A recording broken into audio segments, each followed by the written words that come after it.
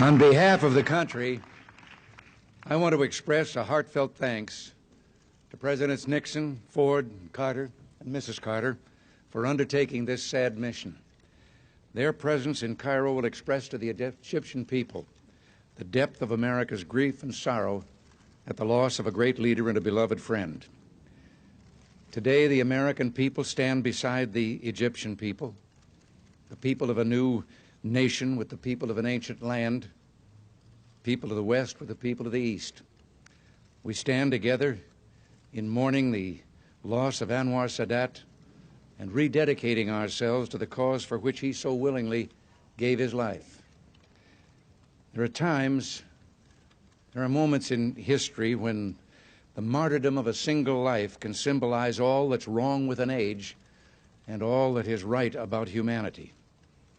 The noble remnants of such lives, the spoken words of an Illinois lawyer who lived in this house, the diary of a young Dutch schoolgirl, the final moments of a soldier statesman from Metabuk whom can again gain the force and power that endures and inspires and wins the ultimate triumph over the forces of violence, madness, and hatred. Anwar Sadat, a man of peace in a time of violence, understood his age. In his final moments, as he had during all his days, he stood in defiance of the enemies of peace, the enemies of humanity. Today, those of us who follow him can do no less. And so, to those who rejoice in the death of Anwar Sadat, to those who seek to set class against class, nation against nation, people against people, those who would choose violence over brotherhood and who prefer war over peace, let us stand in defiance.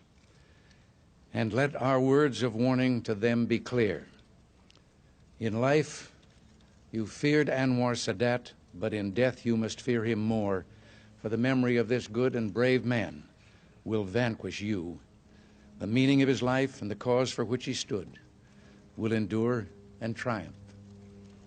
Not too long ago, he was asked in an interview if he didn't fear the possibility of the kind of violence that has now just taken his life. And he said, "I will not die 1 hour before God decides it is time for me to go."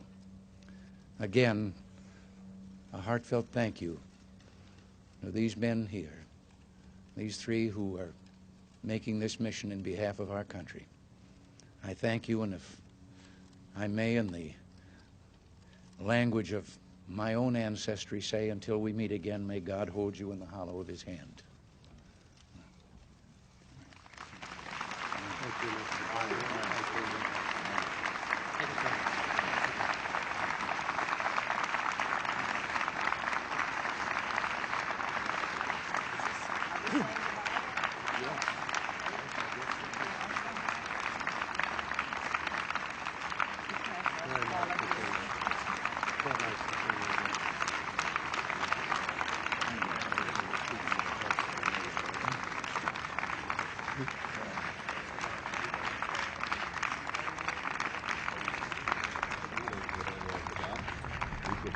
journey to Cairo